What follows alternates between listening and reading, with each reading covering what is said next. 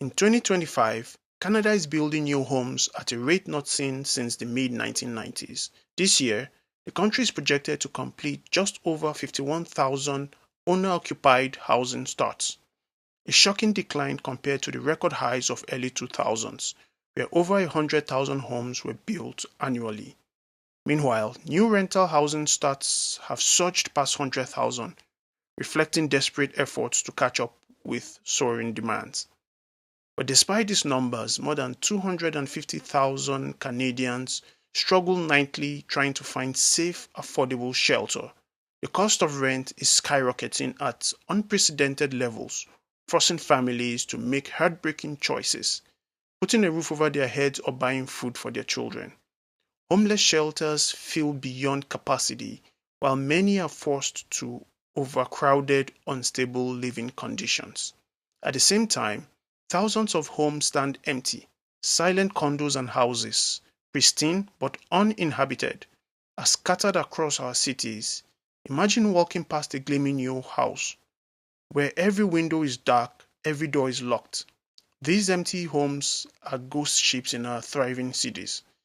Each vacant unit is a missed opportunity, a family that could have found safety and stability but didn't. Citywide, vacancy rates have plummeted below 3% in places like Toronto and Vancouver. Supply is tight, but speculation, foreign ownership, and loopholes enable owners to keep homes empty, waiting for prices to rise. This drives up rents further, pushing vulnerable families even further away from housing security. This story is about that paradox: empty homes and no homes. It's about the lives caught in this system, the communities that suffer, and the urgent call for change. Because housing is not a privilege, it's a human right, and the time to act is now. While thousands face housing insecurity, an unsettling truth hides in plain sight. Tens of thousands of homes across Canada sit empty. Vacancy rates in major cities like Toronto and Vancouver have dropped to historic lows, below 3%, meaning almost no rental units are available for those searching. Yet, behind these numbers, the definition of vacant is complicated.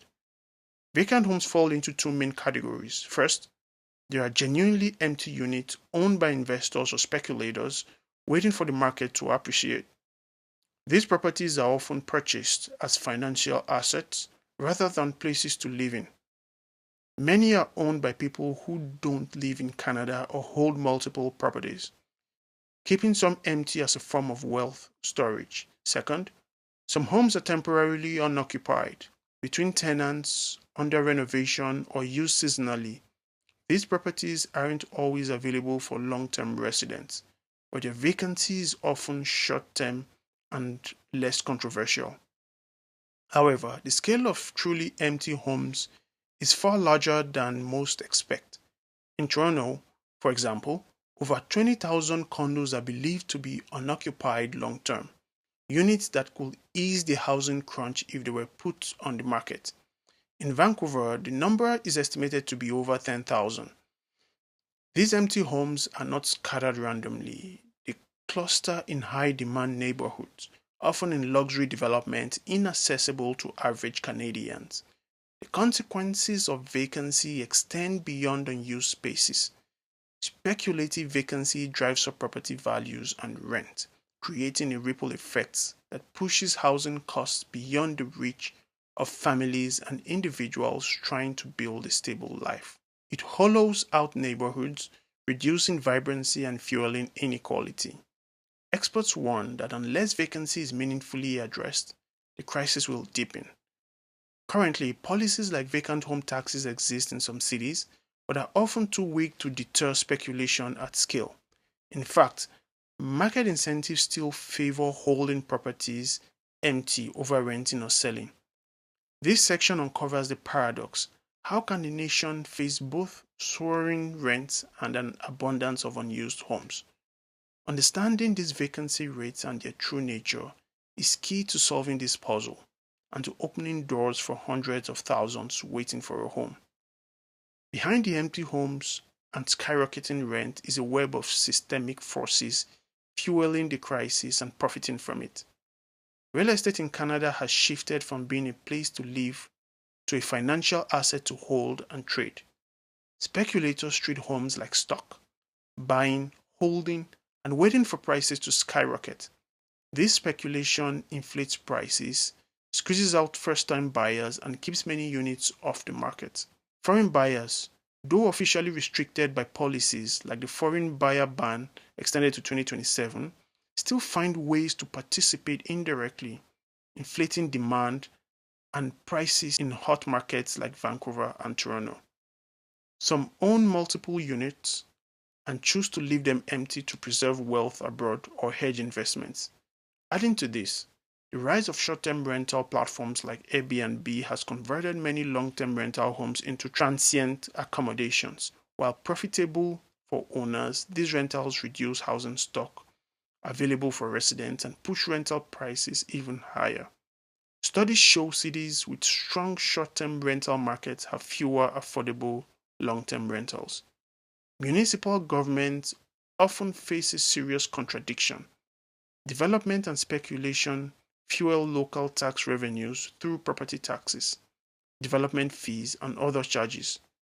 This financial dependency on rising property values disincentivizes policies that could cool the demand or reduce speculation. Meanwhile, incentives to keep units empty remains high. Vacancy taxes exist in cities like Vancouver, but rates are often too low and enforcement too weak to fully deter speculators. Additionally, tax loopholes and lack of transparency makes it possible for owners to hide units from the market without penalty. This system has created a stalemate. Homeowners and investors hold fast, fearing that selling or renting at lower prices could undermine their wealth. Meanwhile, prospective buyers and renters are locked in a bitter competition against rising prices and shrinking options. The consequences ripple beyond housing. Neighborhoods hollow out, local businesses struggle as there are fewer permanent residents, and social inequality deepens. Communities lose vibrancy as empty buildings replace homes filled with families and dreams. Understanding these systemic players and their incentives is vital. It shines a light on who benefits from the crisis and who pays the price. As the crisis widens, calls for reform grow louder. Stronger vacancy taxes, limits on foreign ownership, regulation of short term rentals, increased housing transparency, and policies that prioritize homes for people, not profits. But change will only come if enough people demand accountability and take action. Canada's housing crisis won't end without bold and coordinated action. Fortunately, solutions are emerging, some already underway, and offer hope to millions locked out of the market. The federal government's national housing strategy was stepped up with ambitious goals: build more homes, ease rental access, and supporting Canadians most in need. The Canada Mortgage and Housing Corporation (CMHC) estimates that to restore housing affordability to 2019 levels, annual housing starts must nearly double to between 430,000 and 480,000 units. Yet currently, starts fall far short of these targets. To close the gap, government and private sectors are exploring innovative approaches. One key path forward is expanding modular and prefabricated housing. These technologies can cut construction time by up to 50%, reduce costs by 20%, and lower emissions compared to traditional building methods. The Canadian government recently committed $600 million towards scaling up modular construction, helping to address labor shortages and boost production. Financial incentives also play a critical role. Tax rebates and credits encourage developers and investors to build purpose-built rental housing, ensuring new supply reaches those who need it. Recent discussions about reintroducing and expanding programs like the multi-unit residential building tax incentive aim to stimulate rental construction. Streamlining regulatory hurdles is another urgent priority. Development fees can add up to 30% of housing costs, so temporary fees or reductions, as seen in Ontario's Vaughan, help promote affordability. Governments are also fast-tracking permitting, harmonizing building codes, and cutting duplicative inspections for faster project completions. Addressing workforce shortages is vital as well. With an aging construction labor force, investing in trades training and expanding immigration pathways to skilled workers ensures sufficient capacity to meet demand. Land use reform also offers solutions. Encouraging higher density development and mixed use zoning can unlock much needed housing, especially near transit and job centers. Community led housing initiatives complement these efforts. Programs that provide grants, land access, and low cost financing help nonprofits and cooperatives build and maintain affordable units tailored to local needs. Unfortunately, solving Canada's housing crisis demands public engagement. Citizens must demand transparency, accountability, and policies that prioritize homes for people over profits. Because housing is a human right, not just an investment. The crisis is deep, but change is possible. Together, Canada can build a future where everyone has a place to call home. The impact of empty homes extends far beyond cold statistics and vacant buildings. It is felt deeply in the lives of individuals and families who face the harsh reality of unaffordable housing every day. Take Emily and her two children, for example. Living in a cramped apartment far from their school and community, Emily works multiple jobs to cover the soaring rents that continue to rise as properties are pulled off the market by investors. The vacant condo tower just blocks away stands as a stark symbol of disparity. Luxury homes empty and inaccessible while her family struggles for stability. Or consider Ahmed, a recent immigrant who spends hours searching the rental market every week, only to find available units gone within minutes or priced far beyond his means. Behind every empty unit is someone like Ahmed, locked out of a chance to build a new life in Canada. Communities suffer too. Empty buildings drain local economies by removing customers from nearby shops and services. The lifeblood of neighborhoods, children playing outside, neighbors gathering, local events, fades as silent towers rise. This decline in vibrancy deepens social isolation and inequality, contributing to the fracturing of Canadian society. Economically, the housing crisis stifles growth. Young Canadians delay starting families and careers due to housing insecurity.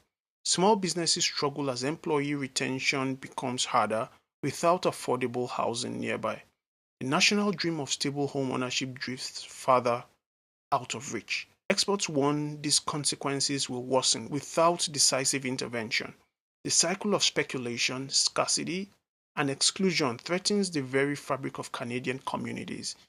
Yet, amid the crisis, there is hope. Across the country, community leaders, advocacy groups, and citizens are mobilizing to demand change, from supporting vacancy taxes to pushing for rent control and better housing transparency. Canadians are raising their voices for fairness.